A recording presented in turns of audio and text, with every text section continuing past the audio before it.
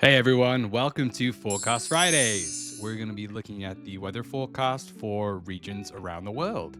If you like weather videos and you're interested in learning about weather from different parts of the world, this one's for you. Let's dive into it. The maps we're going to be looking at show the next 15 days, late February into mid March, with precipitation expressed as a percent of normal. So we can quickly see where the pattern favors wetter than normal or drier than normal conditions. Today, we're going to go region by region across 8 global sections and then finish with a global view. So let's have a quick look at the metric. Percent of normal precipitation. Sounds complex, but it really isn't. This compares the forecast total precipitation for the period to the long-term average for the same dates.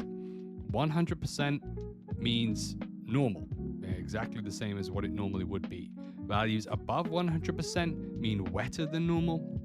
Values below 100% mean drier than normal. Let's run through a really simple example.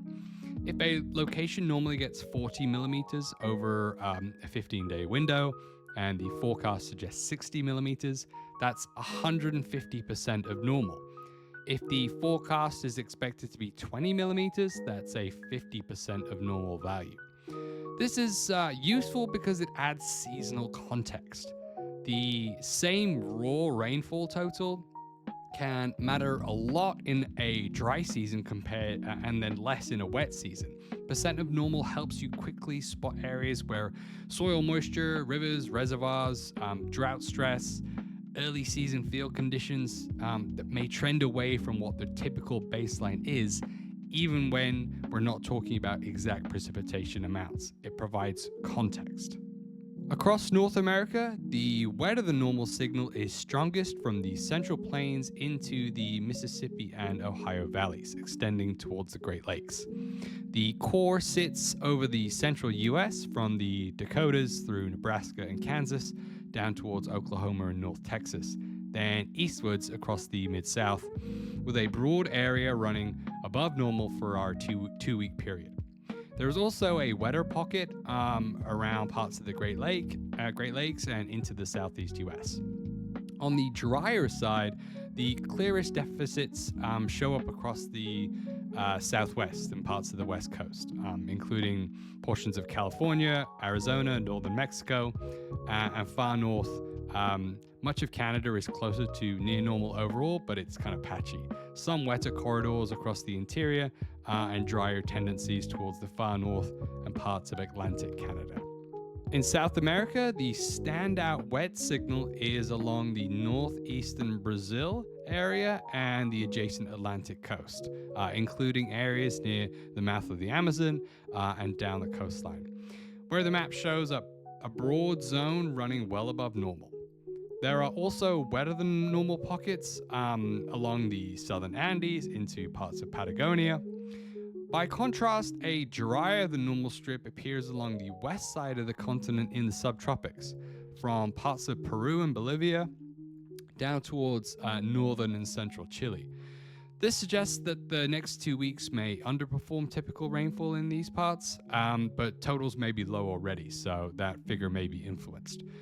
Much of central Brazil kind of trends closer or near normal, while the farther south towards Uruguay and northern Argentina, the signal leans slightly drier overall, with a couple wet pockets along the interior corridors.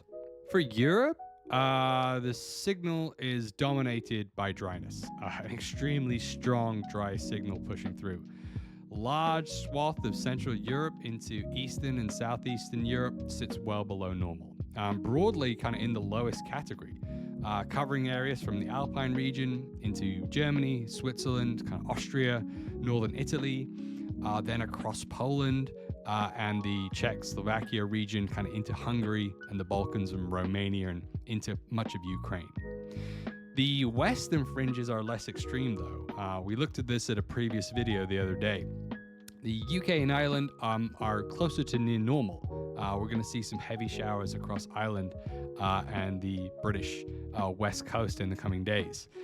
Iberia, that's generally near normal for seasonal levels with only modest departures, but we've seen they've had a huge amount of rain in the last couple of months. There's also some wetter pockets along the western Mediterranean. Big picture here is a persistent dryness centered over the core of the continent for the next 15 days. For Russia and the surrounding region, the pattern is mixed. Much of the western and central Russia is near normal to modestly wetter than normal, especially across parts of the southern belt, kind of from Volga region towards the Urals into western Siberia. Drier than normal areas are more pronounced towards the far north and the far east, including stretches along the Arctic coast and the Pacific side of the country, where the map tilts below normal. Along the southern edge near the Caucasus and the Caspian neighbors, there are also kind of pockets that trend drier, while nearby areas farther east kind of return towards that near normal or slightly wetter signal.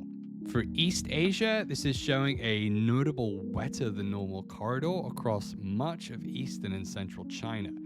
The wetter shading runs from inland provinces through the Yangtze Basin and towards the North China Plain, with additional wetter pockets in northeast China. The Korean Peninsula is also trending wetter than normal overall. On the drier side, the clearest deficits are over western China and the higher elevation interior, including parts of the Tibetan Plateau region, where it's firmly below normal. Japan is more mixed, kind of closer to near normal in many areas with localized departures rather than a single dominant wet or dry signal.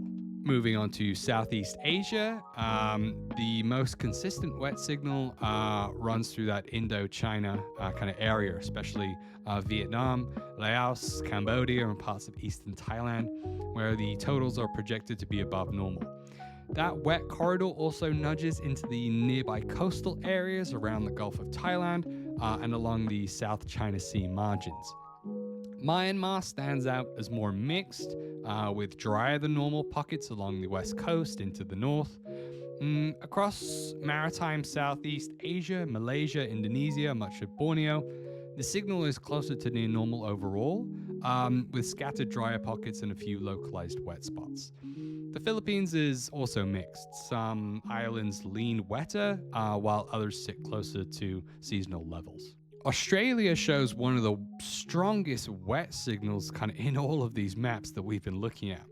A broad interior swath from parts of Western Australia across the Northern Territories into South Australia, then through interior Queensland and inland New South Wales. They all run well above normal for that 2-week period.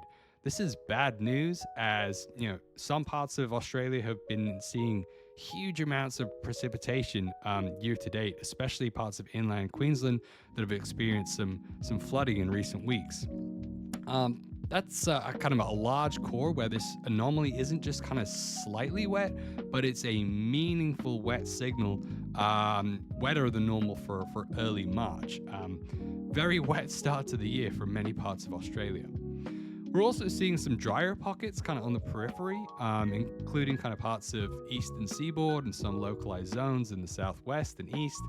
Tasmania is also kind of trending wetter than normal.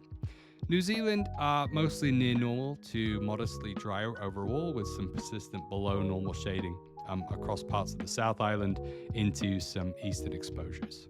Moving on to Africa, and we see a sharp split. The dominant feature is a large, dry swath across North Africa and the Sahel, from the Western Sahara and Algeria through Libya into Niger, Chad, and Sudan, where precipitation is projected to be well below normal. Farther south, the signal flips. West Africa, closer to the Gulf of Guinea, including areas around Ghana and Nigeria, show pockets that are trending wetter than normal. East Africa, kind of Ethiopia, Kenya, Uganda, down towards Tanzania region, they lean kind of wetter than normal overall. For Southern Africa, it's showing a broad wetter than normal tendency, including parts of Angola, Zambia, Zimbabwe, Mozambique, and sections of South Africa. Madagascar is more mixed with drier than normal shading, especially towards the south and the west.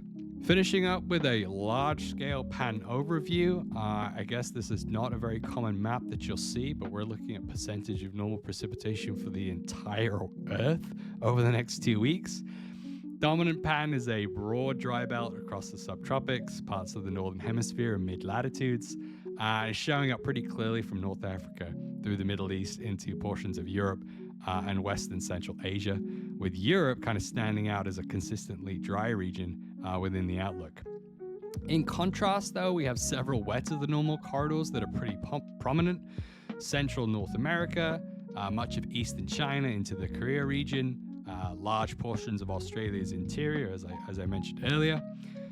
We can also see a kind of north-south contrast in places with kind of stronger dryness concentrated in the subtropical land belts, while wetter anomalies cluster closer to the tropics and in the southern hemisphere, across parts of the subtropics and interior Australia.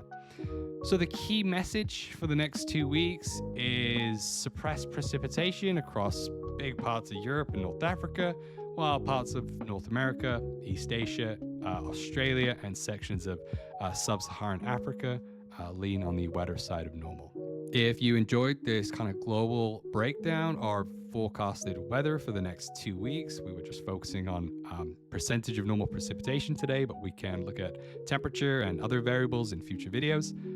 Let me know. Subscribe to the channel, comment on the video what you'd like to see next week for Forecast Friday, and I'll see you on the next one. Laters.